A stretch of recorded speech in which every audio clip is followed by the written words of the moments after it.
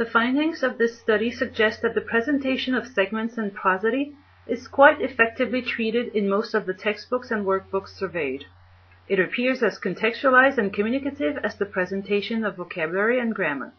Practice of individual sounds and prosody, however, appears to be less systematically contextualized and slightly lagging behind in terms of functional and communicative impact.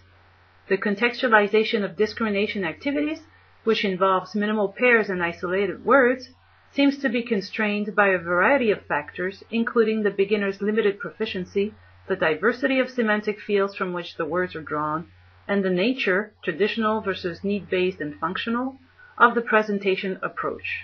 Arguably, these constraints should not affect perception and production activities to the same extent, and the presence of several successfully contextualized listen and repeat activities and mini-dialogues introducing new vocabulary and grammar shows that it is possible to systematically present students with communicative activities. These dialogues, as well as the ones appearing in the video program accompanying textbooks, could be recycled and studied from a pronunciation perspective. Workbooks could also feature an altered version of them. Benefiting from their introduction in class, students would be familiar with their contents and, therefore, they would be able to allocate more of their cognitive resources to pronunciation. There are a number of genres that can be used for pronunciation practice. Simple pattern poems such as cinquain and haikus, nursery rhymes and lullabies, allow for pronunciation practice of specific sounds and introduce students to the basics of French intonation, accentuation, and rhythm. Short excerpts from films and TV shows, as well as commercial ads, are effectively contextualized and visually and culturally rich formats for practice of sounds and conversational prosody.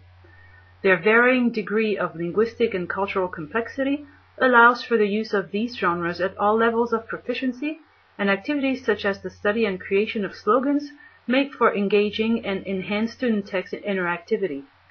Not only do these formats further student acquisition of the prosodic aspects of pronunciation, but they also increase the weight of prosody in pronunciation instruction at the beginner level, which, as the analysis shows, is rarely revisited beyond its initial presentation and practice in the text surveyed.